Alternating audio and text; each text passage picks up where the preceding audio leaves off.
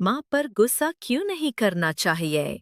एक खूबसूरत जंगल के पास के छोटे से गांव में एक प्यारा सा सफेद खरगोश रहता था जिसका नाम था लेले। लेले के पास फूले हुए मुलायम सफेद कान और रूबी जैसे चमचमाते लाल आंखें थीं। लेकिन इन दिनों लेले में एक बुरी आदत आ गई थी। वो अपनी माँ पर चिल्लाने लगा था, मुझे गाजर नहीं खानी। नाश्ते के समय लेले ने अपनी कटोरी दूर फेंक दी। गाजर के टुकड़े मेजपोश पर फैल गए जैसे छोटे छोटे तारे। खरगोश माँ ने प्यार से कहा, बेटा, गाजर में विटामिन होते हैं, इसे खाने से तुम ऊंचे लंबे बनोगे। मुझे ऊंचा नहीं बनना।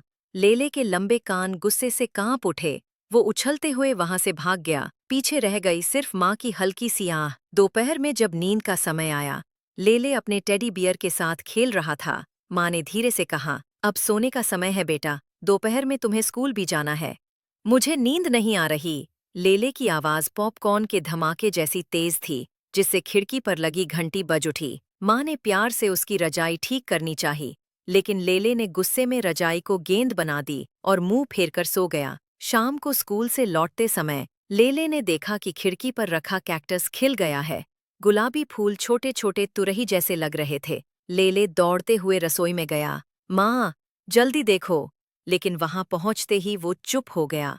माँ चुपचाप आंसू पोंछ रही थीं। उनकी आंखें पकी हुई स्ट्रॉबेरी जैसी लाल थीं। माँ, आप रो क्यों रही हो? लेले की आवाज बहुत धीमी हो गई। माँ ने उसे धीरे से गले लगा लिया।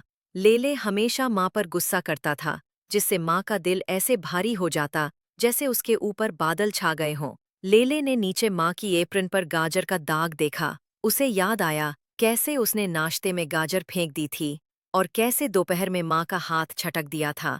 उसे लगा जैसे उससे बहुत बड़ी गलती हो गई हो। उसने रंगीन कागज से एक चमकने वाला तारा बनाया और माँ के बिस्तर के पास टांग दिया।